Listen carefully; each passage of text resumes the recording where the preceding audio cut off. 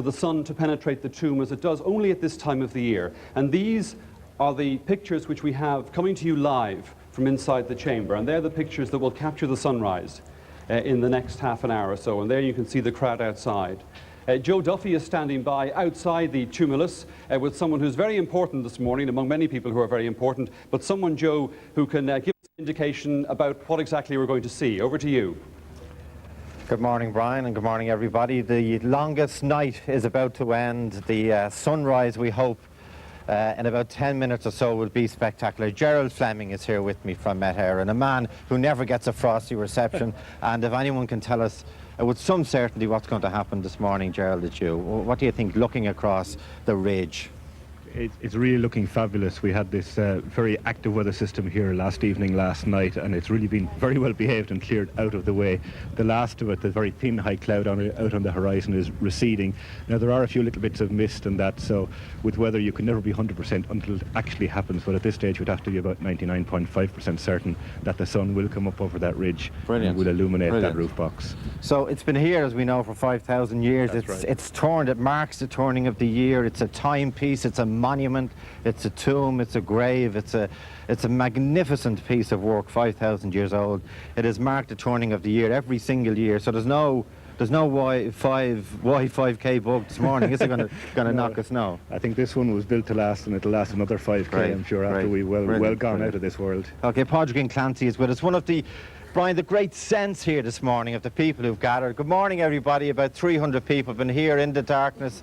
Is a great sense of enthusiasm and celebration. And remember, it was like this, we presume, 5,000 years ago, when this timepiece worked perfectly then. And can you think of anything that's working perfectly 5,000 years later, especially at this time of year? Padraig, you've been in. Absolutely. Give people a sense of the excitement of it. Extraordinary. I was here on Sunday, and the sun came up, and Claire Duffy, the main guide here, said, "This is as good as it gets," she said.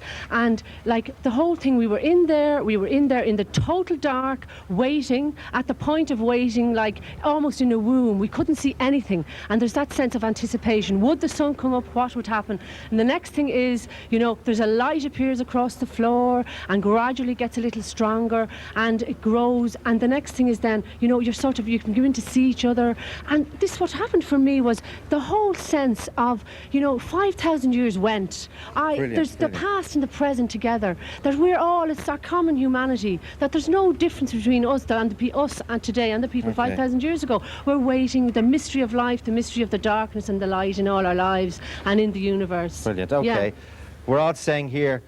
Brian, come back to us in about 10 minutes' time, and we'll watch live the turning of the year, and the turning of the natural year, and the turning of the natural millennium. And this building has marked the turning of the millennium 5 times, the turning of the century 50 times, and the turning of the year 5,000 times. Join us in 10 minutes. All right, Joe, thanks very much indeed for that. Well, we've got many more guests to talk to, both at the monument itself and here in the Bóinne Visitors Centre, and we'll be hearing from them a little later in the programme. We've also got music for you. We've got poetry.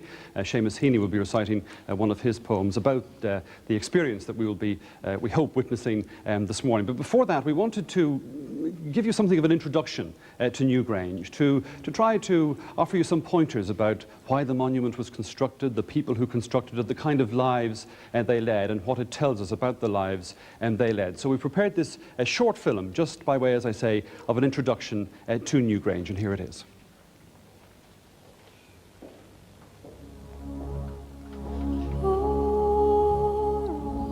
Light from dark, the once and always goal of man. Through the sacred places of a Stone Age people in the valley of the Bóinne, we catch a tantalizing glimpse of how, briefly but precisely, they brought their sun god to earth in their Neolithic cathedral to start a new year and show where and who they were in time and space 5,000 years ago.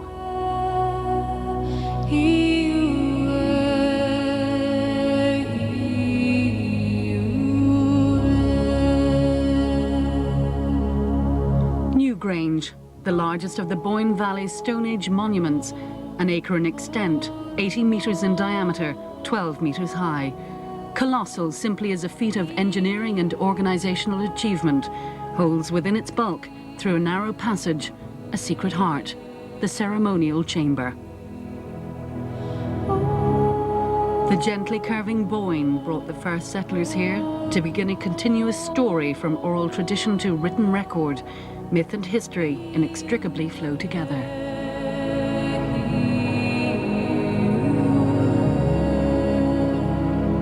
In this small area of Bóinne, the bend or dwelling place of the Bóinne, countless generations have left their mark in hundreds of monuments to their dreams of immortality. For us to see them as they saw themselves, we can have only a bare intimation of that, but we can see they could do more than till and fence their fields beside the river of the salmon of knowledge.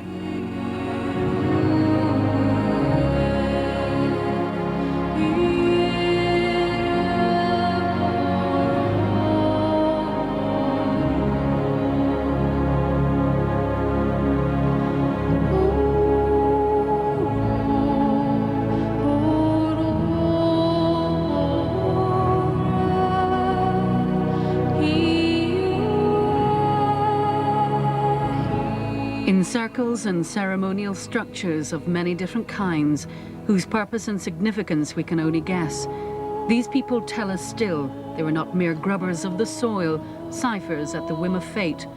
They had something to do and say for themselves. Often at risk from mortal danger, among their cities of the dead, they proclaimed a kind of immortality.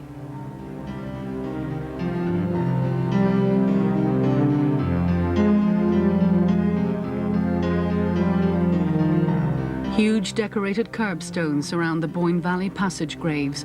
18 satellites surround the great central mound at Meath, a metaphor surely, the swelling belly of the earth raised to receive the bones and ashes of important ancestors, life and death in one continuum. Individual existence, maybe only a 30-year life expectancy, impelled them to do more, to redeem the daily grind, flimsy huts, like they themselves quickly gone, but together, 400 people in up to 40 years, without horses or the wheel as far as we know, could move a ton of stone, as solid as their hopes for future remembrance. What could be done was done.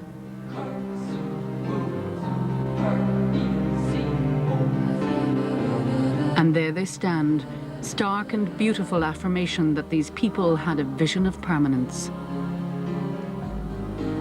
Bóinne Valley excavations have revealed over 700 decorated stones. These megalithic big stone artists could claim a spark of genius from their sun god.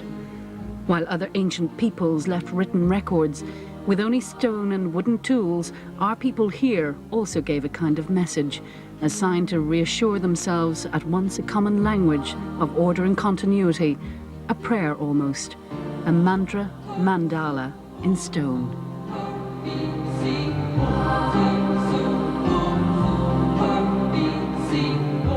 Special areas were set aside for ritual, conducted by a priestly caste, no doubt, who preserved the order of ceremonies. The dead would be cremated outside, their ashes then conducted past the sentinel stone to enter the womb of their forefathers.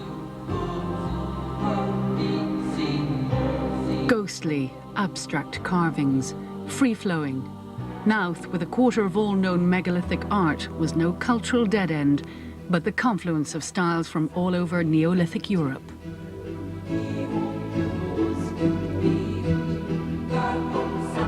Surrounded by the familiar symbols in the dark recesses of the cruciform chambers of the passage graves, ashes and bones of countless generations lay cradled in their basins of stone. In the shadow of representations of their former selves, forever carved in what truly is a rock of ages.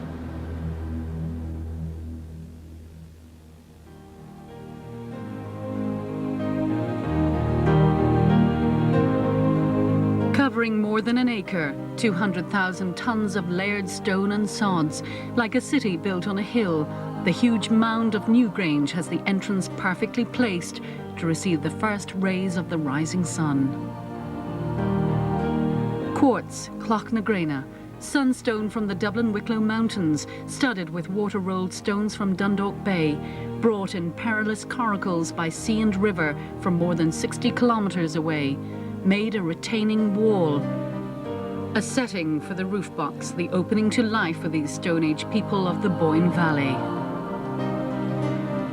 The sun gave light and heat and growth and the rhythm and round of all their lives. The earth, tilting on its axis, turns furthest from that sun as winter deepens in the northern hemisphere. There at Bóinne, the dwelling place of the Bóinne, the Stone Age people watched the giver of their life, the god of many ancient people, as it seemed to travel and set further and further down the eastern horizon, and for a shorter and shorter time each day. At the winter solstice, our December 21st, it seemed to stop, then begin its journey back. They would entice it back, build a temple with a special portal. And at Newgrange, around the winter solstice, and only then, the rising sun shines directly through the roof box slit. In this magical but exactly calculated moment, Stone Age man and his sun god once again renew their annual compact at the New Year's turning. The technique of corbelling, overlapping the edges of stone slabs, inwards and upwards to be capped by, at Newgrange, a lintel stone weighing over a ton, and waterproofing the interior for 5 millennia, shows the consummate engineering and architectural skills of the Bóinne builders, and all around us too, a self-conscious sophistication of the imaginative mind.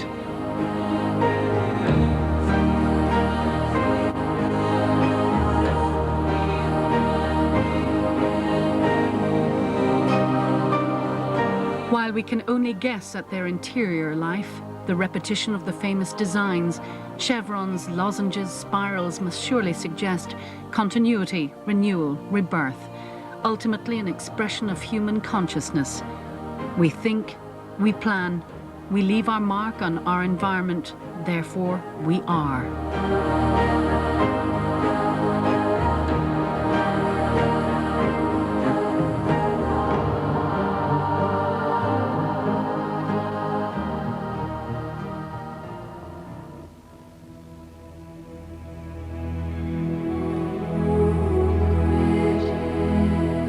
The god of light and life bestows his gifts unequally throughout the Neolithic year. The Romans would call him Sol Invictus, unconquerable by the darkness. The people of the Bóinne ensured his annual victory by making a home for him at Newgrange. They share in the power of this god, collaboration and celebration together, to claim his continuing benevolence in the dawn after the longest night. They can bask in his approval of their cleverness and ingenuity.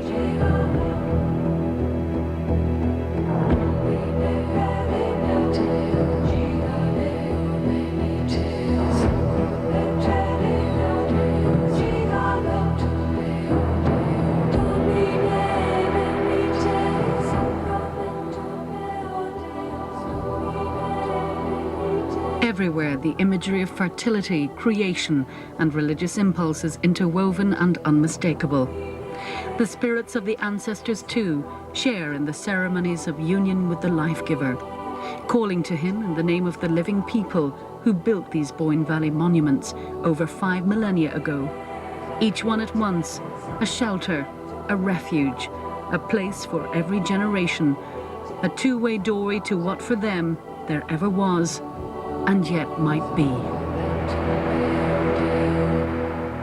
And that introduction to Newgrange was scripted by John O'Donoghue and narrated by Mary Lowe. Now we're a little under 10 minutes away from the sunrise, and we're going back to the tomb and to Joe Duffy, who's standing by. Joe? Brian, I'm looking up in the sky, Brian, and a jet flying over, supersonic jet, a stream above us there.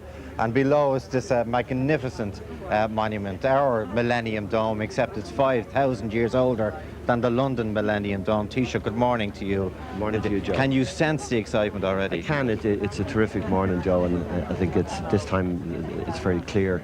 My last visit here 2 years ago, I'm afraid a cloud came in at the last moment, so we won't believe it till we see it, but it looks like a good morning, and it's a very clear morning, so if that holds for another 10 minutes or so, we're okay. It is a magnificent monument, not just to the people who built it, but thankfully to the state over the last 30 and 40 years, and archaeologists who have retrieved it and cherished it. They've done a wonderful job since 1967. It's a great history, and it's hard everyone talking about everything millennium, but this is 3200 BC, which is extraordinary, and it's so important to the country, and it's now so internationally known, and that grows all of the time. Okay, you go on in. It's very narrow passage. It's deep. You're one of the few VIPs allowed in. As you know, it's lucky I'm trimmed, Joe. Taoiseach used to be buried in there. You know that. Enjoy yourself and mind our cameras. Thank you. In you go. Okay. David Sweetman's Chief State Archaeologist. What will the Taoiseach see when he goes into? Well, he's lucky in that there won't be too many people in, because normally there's a very big crowd and it's difficult to see. But he's fortunate this morning, and there's going to be a terrific atmosphere in there. And when he gets in, he's going to see the light coming very slowly up the passage, creeping up towards him. And once it gets in, it's going to light up the whole chamber, and it's going to be a fantastic light, kind of a goldy yellowy colour inside. You can see the VIPs going in there. Taoiseach Celia Larkin, Minister Sheila De Valera, a number of people from Dúchas, a number of citizens who've been waiting for 10 years on a waiting list to get in here, and that's how cherished it is and how important it is. It's a wonderful place to be. There's the Taoiseach going in. Frank Prendergast, just you're a surveyor and an archaeologist. Just briefly, I want you to look across the horizon and try and give people a sense. You've been here before, of what's happening. Give us the sky is, the ridge is beginning to brighten. There's a bit of low cloud. How are we looking? It's looking pretty good. There is some low cloud on the horizon, but in about 1 to 2 minutes' time now, the first flash of the rising sun at winter solstice will begin to appear on the horizon, Joe. And what we must remember is that the sun as we see it now is different, because 5,000 years ago, the tilt of the Earth's axis was slightly different, and the sun would have risen about 2 sun diameters to the right-hand side. So that will happen now a little bit differently to how it happened then. But nevertheless, we still have to wait another 4 minutes for the full disk of the sun to appear on the horizon before the shaft of light will start to move down through the roof box and into the chamber itself. Through the roof box, still walking 5,000 years later. Back to you, Brian. All right, thanks very much indeed, Joe. Well, I'm joined here in the Visitors Centre by two of our guests this morning, by Emer O'Connor, who is a painter and has visited many of these sites, and by Gabriel Cooney, who's an archaeologist from University College Dublin. First of all, to you, Gabriel, the people who built this monument, what sort of lives do they lead? What do we know about them? Well, we know a lot from their physical remains. They, as the video said, lived to about, on average, 30, 35 hard physical lives, but probably muscular people, well used to a hard life, much harder life than we live, but at the same time attuned to the environment. People who had been living here in the Bóinne Valley for 1,000 years as farmers before Newgrange was built. Emer O'Connor, you've, as I say, visited many of these sites. You've used them for inspiration in your paintings. Yeah. What purpose do you think Newgrange served? Why do you think they were compelled to build this monument? I think Newgrange works on many levels, and I really think that the people were intensely spiritual, and they were representing rebirth of the soul, rebirth of the land, but also their own physical rebirth. I think it was a time of year where it was important to make children, so that at a later stage, 9 months' time, there would be time to rest before the harvest came in. So I think it works really on many, many levels. Well, we don't know about the ceremonies which took place accompanying the winter solstice, but we've put in place, if you like, our own ceremony this morning, and we've asked Emer Quinn, Ireland's 1996 Eurovision Song Contest winner, to compose 2 songs for us this morning. One, if you like, to welcome the sunrise, and the other to celebrate its arrival. So her first piece this morning is called Invocation. Here's Emer Quinn.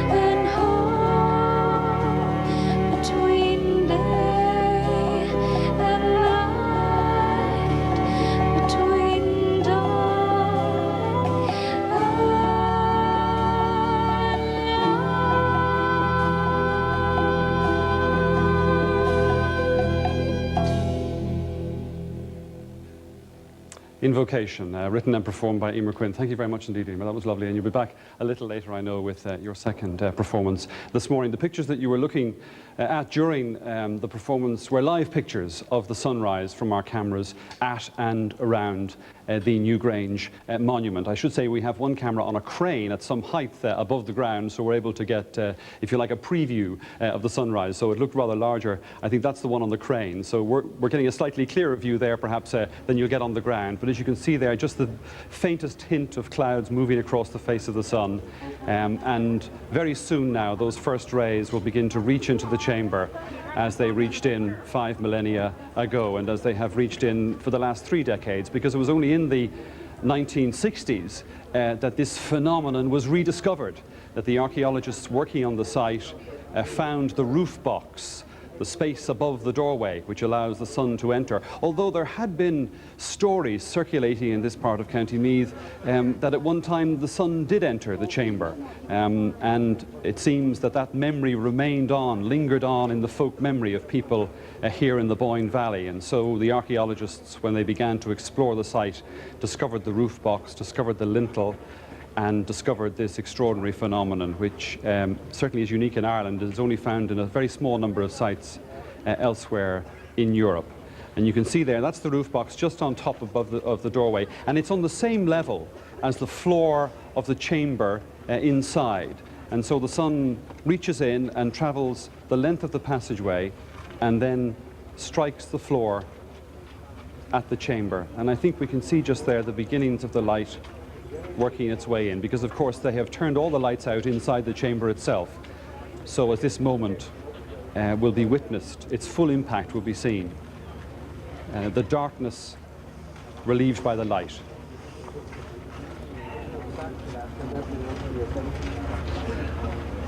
And there you are, for the first time, live television pictures from inside the Newgrange monument. Extraordinary pictures, I think. A moment for all of us to pause and to reflect and to feel a connection with our ancestors of so many years ago, 5,000 years ago, who went to this considerable effort, obviously it would have been, for a people of that sort to build this extraordinary monument. Joe, you're standing by, again, outside the grave. Indeed, Brian, and the sense here, the strength of the sun, the warmth of the sun, the heavens meeting the earth is so intense here at the moment. There was a round of applause when the disk of the sun peeped up over the ridge here in the Bóinne Valley. Geraldine Stout is an archaeologist. It's an artistic creation, it's a technological, it's an astronomical creation, but it's also a philosophical creation as well. It's a very, it's so, everybody here I'm sure feels emotional. I think that a great emotion, and I think there's this very strong emotional link with the past today. I think this is one of the few occasions where we can sense how people in prehistoric times felt about this great event of the year. And so there is this wonderful link with the past, this emotional link with the past this morning for all of us. And in that, to think that 5,000 years onwards we can still celebrate this solar event. And to think we perceive Stone Age people as being stupid or whatever sometimes, and to look at this creation still walking 5,000 years later, as we can see. And when you're inside the chamber, as I was yesterday, you cannot see the door. This is you had to get down and look and try to work out how they measured. Frank Prendergast, who we spoke to earlier, how did they measure and create such a monument, such a timepiece 5,000 years ago? I think the great answer to that is that we still don't fully understand how they did it, and I hope we never do, but we can guess. And obviously they observed the sun from day to day, from month to month, and they had an understanding of its motions on the horizon, and they built their tomb accordingly. And Tom Ray of the Institute for Advanced Studies did a recent investigation of the geometry of this building, and found it to be a much more clever design than anyone ever suspected. But if you move the length of the passage just a few more meters, or if you change the height of the roof box by a small amount, this would not happen. So in fact, that strengthens the idea that it was deliberate rather than accidental. So we have something here which was planned, which was intended. And still working. And still works. And still works. Yeah. Pádraigín, you're a folklorist as well. The wonderful thing about Newgrange is that the lintel, this roof box where the sun is now breaking through and is so important, so central to it, what lay undiscovered for 4,000 years, but folk memory, people around here, through their own parents and generations. They knew about that, and they were actually saying that to like archaeologists, that the sun comes in at the solstice, at the winter solstice, you know, and that literally the folk mind remembers these archetypal happenings, if you like, and the local people know their landscape all over the country. And there's probably people listening saying, do you know the sun comes in here on the solstice as well? And you know, so it's all held always within the folk memory. It's an extraordinary ability to remember and be exact. But what comes to me, I mean, I have to say Solas na Bhlastúin, I have to say something in Irish. It's as if the primordial, the ancient language is coming up inside, you know, Solas na Bhlastúin, the light of heaven be with us, you know. And I got a real sense too of, you know, if you like, the Christian and the pre-Christian coming together. I mean, we talk about Jesus, the light of the world, Solus Christ, and then you have the pre-Christian and the whole, like if you like, that whole mystery of the light and the dark. And they were searching for meaning, and it's like ourselves. I mean, that's the story of all our lives. It's the meaning, and it's been in touch with the mystery of life. And the first words that were spoken in Ireland by mythologically, the first person who stepped on the shores of Ireland is called Avergan, and his song, he said, I am the wind on the sea, I am the wave of the ocean, I am a beam of the sun. It's Solus the grain in May. So the beam of the sun is with us today, you know, the first words ever spoken in Ireland. And it's not just the sun beaming, Brian, it's the people here as well, as they must have been 5,000 years ago as they celebrated the new year. Happy New Year. Happy New Millennium. Happy New Millennium. Back to you, Brian. You couldn't ask for a better morning to see what we are seeing, and we're going to go back to those pictures as the sun reaches down through the passageway and into the chamber within. I haven't experienced it, but I'm told that if you stand in the chamber, Emer O'Connor, you've been in for these sunrises, it's so bright that you can read a book. It's perfectly clear, and all the carvings are perfectly clear. And it's such a wonderfully intense experience. And even just watching the sun coming up there now this morning, I could feel the tears welling. It's incredible. It really does something to your sense of experience. It's wonderful, really, absolutely wonderful. And even Gabriel Cooney, bringing the archaeologist's perspective to this, it is an intensely emotional experience. And it is. No matter how much you contemplate the science of this, that is the foremost reaction, isn't it? Yeah, well, I mean, archaeologists are trying to understand people. That's what we fundamentally try and do. And as Geraldine said, this is charged in all sorts of ways.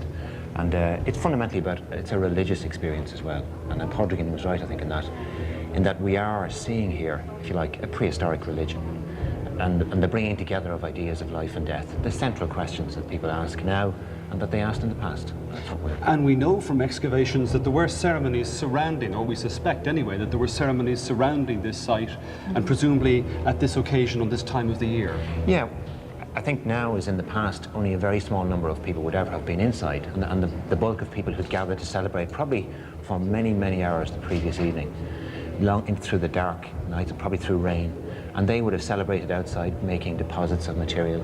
They would have waited for the news from the leaders and the people who were coming from outside, who had communicated with the ancestors, and waiting for the good word, if you like, that the sun was going to shine right through the air. Probably doing exactly what we're doing, you know, waiting, hoping that there's no cloud.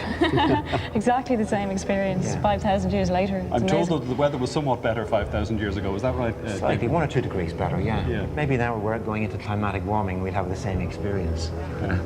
But yes, it's slightly better, which would, of course, have implications for things like the growing season. Yes. Probably prolong the growing season, you know, a couple of months.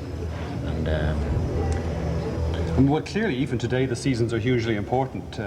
We need them to survive. But these people who live so close to the land and who understood so intimately the importance of the changes in the year and of the sun as a giver of life, and they would see it declining as the winter progressed, and this would be the moment at which it would turn.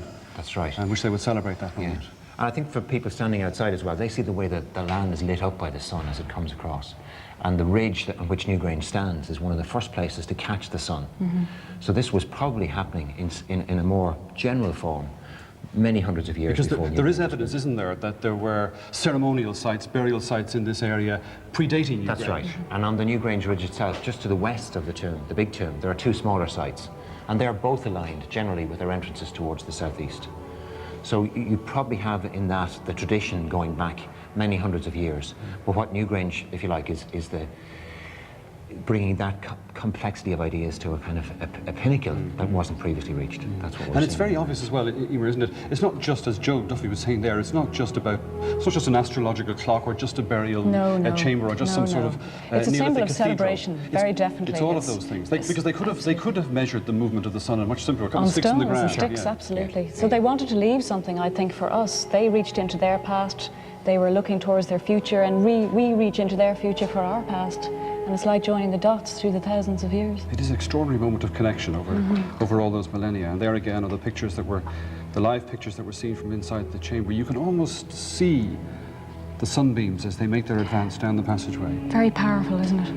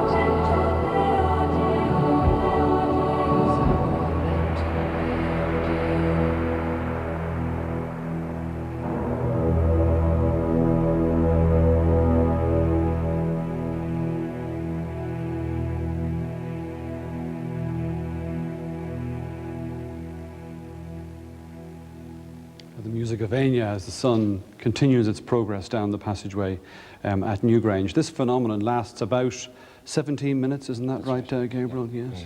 Yeah. So I suppose in the past, even if it was a bit cloudy, they had the clouds might clear at some point. Clouds might clear, and of course it's the couple of days on either side of the actual... But it's only at this time of the year. Only at this time and of the built year. very deliberately. Yes. There's no doubt about that. It's not a coincidence or a fluke, obviously. This was calculated to produce this effect.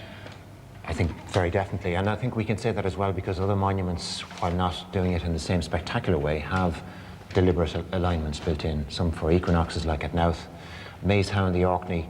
It's the sunset at winter that's recorded. The sun, the waning sun. So tonight on Orkney, they will experience something that we've experienced today. Anne-Marie Moroney has suggested at Doubt in one of the tombs there that you have the same effect at the sunset as on the winter solstice. Right. And I think all of that cumulative evidence supports the idea. All right, let's go back and talk to Joe, who's outside the tumulus. Joe?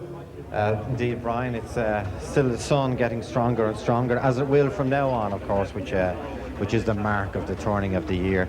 Lots of different people here, lots of different nationalities, Brian. Sangapella, good morning to you. You're from Scotland, you're a Buddhist monk, I know.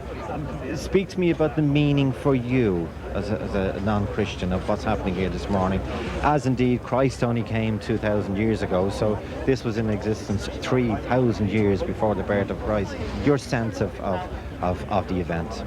Well, for me, it's the theme of light, the returning light, illumination, renewal. And also, I feel as though we all have something in common here. I feel as though there's people from a number of different religions. I've seen witches and pagans.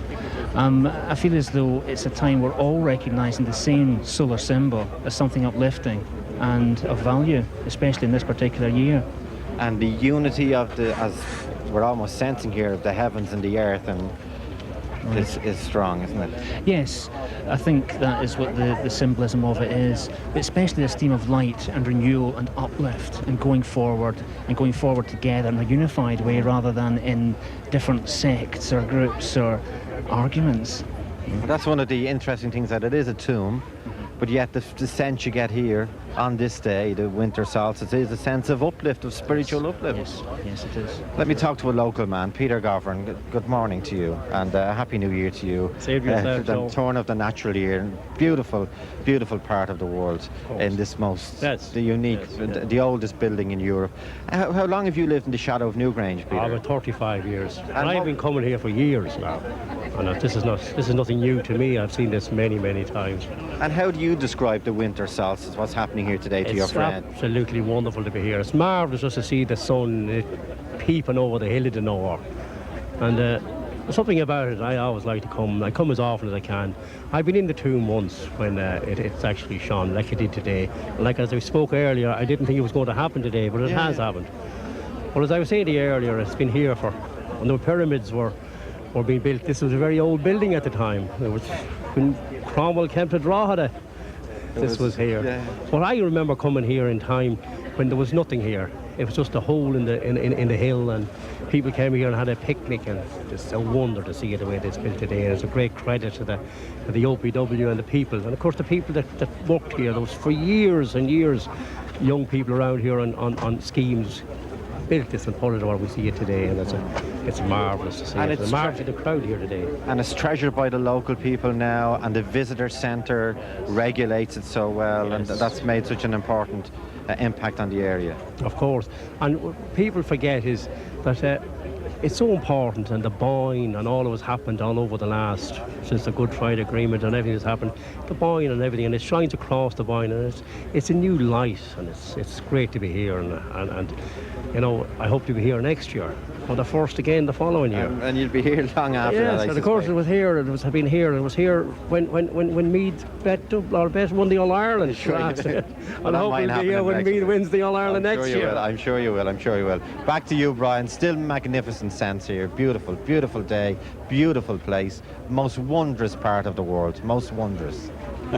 You can't, Joe, have a Meath man on the television, even at 9 o'clock in the morning at the summer solstice, without talking about Meath football. Thanks very much indeed for that. As I say, we're going to stay with the pictures which we're getting from inside the tumulus. I did say that there was a second piece of music from Emer Quinn, and I think we're going to go to that now. Her first piece, if you invoked, as it was called, Invocation, the sunrise, and it seemed to work. And now, as by way of a thank you, by way of a celebration for the sunrise that we have seen, she has a second piece, and it is entitled, appropriately, Illumination. Here's Emer Quinn.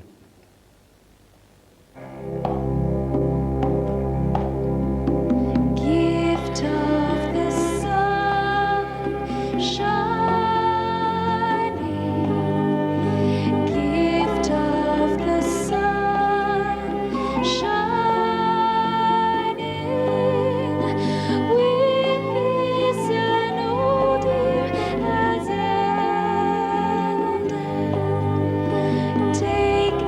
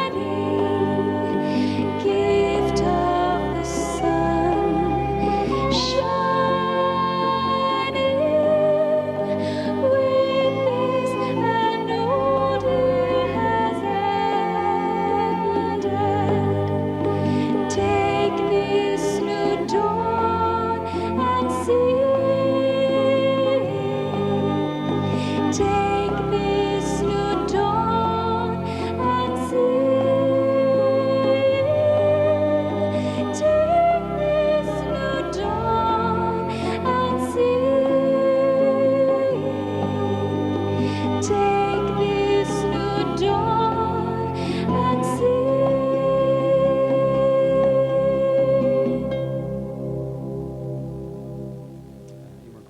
Illumination. Thank you again, Emer.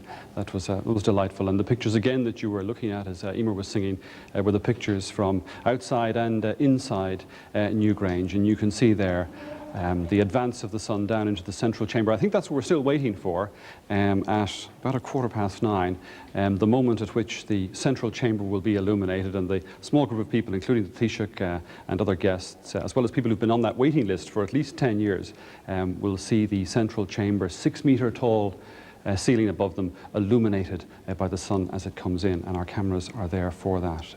We're still with us here is Emer O'Connor. Emer, it would seem, looking at the scale of this, that it must have served a purpose beyond just the immediate community, the people who lived around. And you believe that it was a place of pilgrimage? I believe absolutely it was a place of pilgrimage, absolutely. And I think there's a connection with those white stones on the front. They were taken from Wicklow, and the grey stones on the front were taken from, I think it's County Down. So there's something about moving around the country and making pilgrimage with these stones and bringing them to this place. Of course, I'm not sure why, and of course pilgrimage is our word, it's our cultural context. But also I think that you're looking at a visual representation of the female earth. And what we're looking at here is the counterbalance, the spiritual balance, the balance of yin and yang. So I think that we're looking at a representation of equality, an ancient spiritual representation of equality, working on many levels. Gabriel Cooney, what about that, the importance of Newgrange, not just to the Bóinne Valley, but to an area much wider than that? Yeah, and I think we could see it, I'd perhaps phrase it in a different way, in that you have here the coming together of elements from many different parts of the country, which I think again symbolises a new kind of landscape, that's brought together in this monument. Both local materials from both north and south, bringing, as I say, creating something new and different. So I think it's not just important for the immediate area, but also for this much bigger area that, as Emer was mentioning. And what about the restoration? Do we see it today more or less as it would have been seen 5,000 years ago? Well, this is the question. I mean, I think Professor O'Kelly was convinced through experiment and engineering work and so on that it would have stood as a vertical or near vertical wall of quartz. Now, there is debate and argument as to whether it was like that or whether it may have been more on a sort of gentler incline. But certainly there was a very significant cluster of quartz. So I gave her that, as you see, is the Taoiseach, Minister for the Arts, Culture and the Gaeltacht, Síle de Valera, and others coming out. So the illumination, we take it then, is over. Well, not quite. There's still some light inside the passageway. And it would be interesting to hear what they and the others who were inside have to say about what they experienced. There you can see people making their way out. In the centre of the passageway, it becomes very narrow, isn't that right? That's right. It's very constricted. You've got to manoeuvre your way through. Yes, and I think this is part of the very deliberate architectural effect of the tomb, that you go into the effect of going through a very long tunnel and then opening out into the chamber. This dramatic effect of the roof opening up. Womb-like, I have to say. Womb-like, Emer, womb-like. Yes. Well, emerging from the womb, yes. The people who are fortunate enough to be inside. And I think talking to some of them is Joe. Over to you, Joe. Indeed, Brian, beautiful back here. Taoiseach has emerged, Celia Larkin has emerged, Minister de Valera has emerged. Taoiseach. It was absolutely wonderful, Joe. It could not have worked better. I was here 2 years ago, and unfortunately, while it was a great experience, great to be here, nothing happened in the chamber. But it just opened up, I'm sure you've seen on TV, from almost a little pencil line that ran down along by our feet and opened up into what they tell me is 17 centimetres. But it was terrific. I mean, from total darkness in the space of about 4 minutes, it just went totally bright. I mean, the people on the other side, you could see them quite plain, and it's 20 feet high in there, so a wonderful atmosphere. When it's very cold, it's a tremendous atmosphere. But it just moves across the ground, moves across the chamber and down the chamber, precisely as the stories have been told on it. So it's wonderful.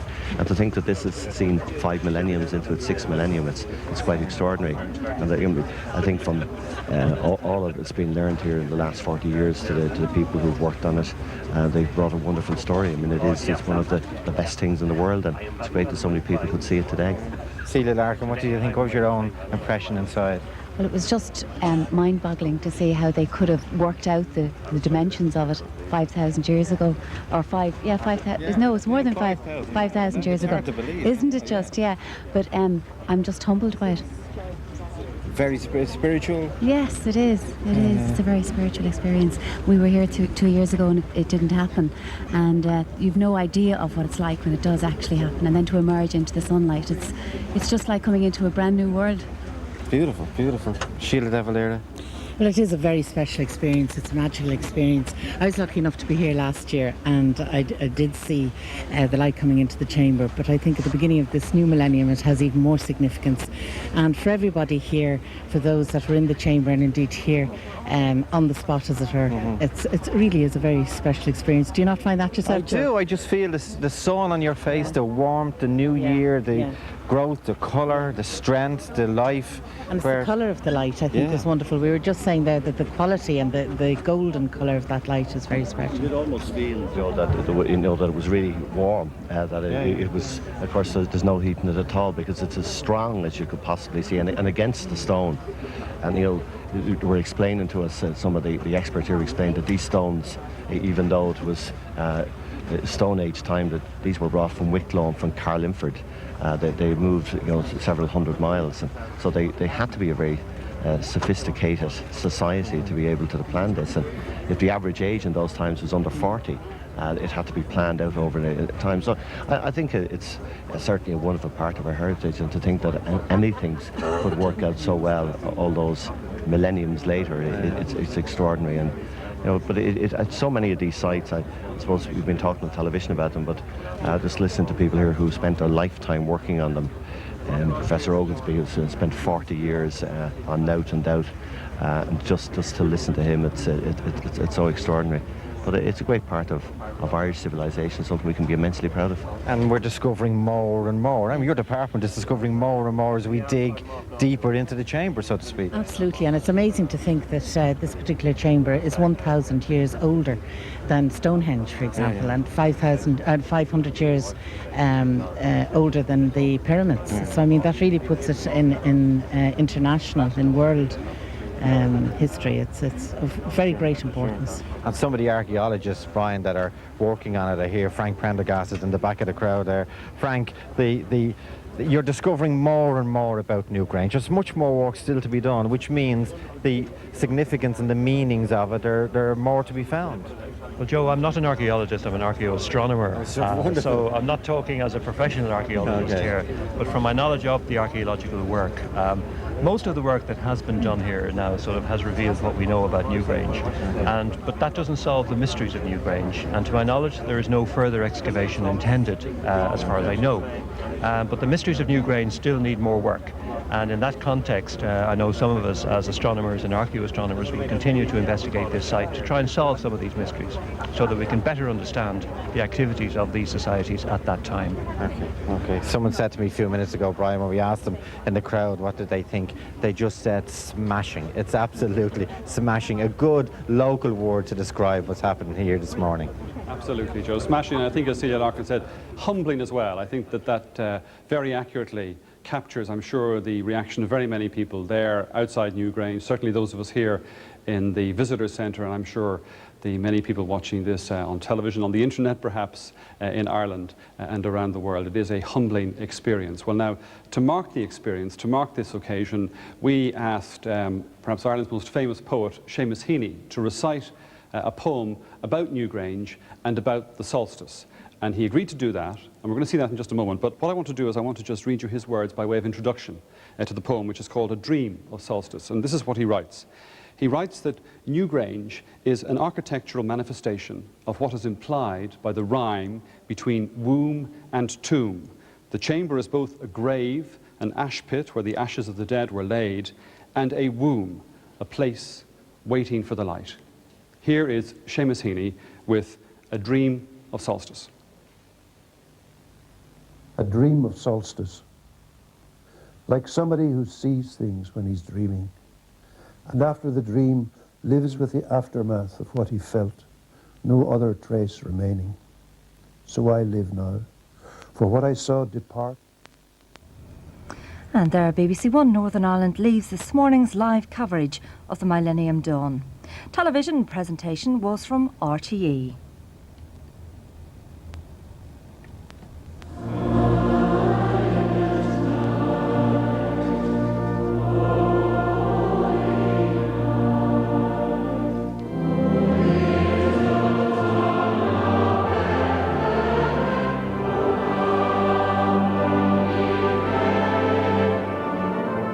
Join in the festive spirit with Sing Carols, Wednesday at 9:30 on BBC One.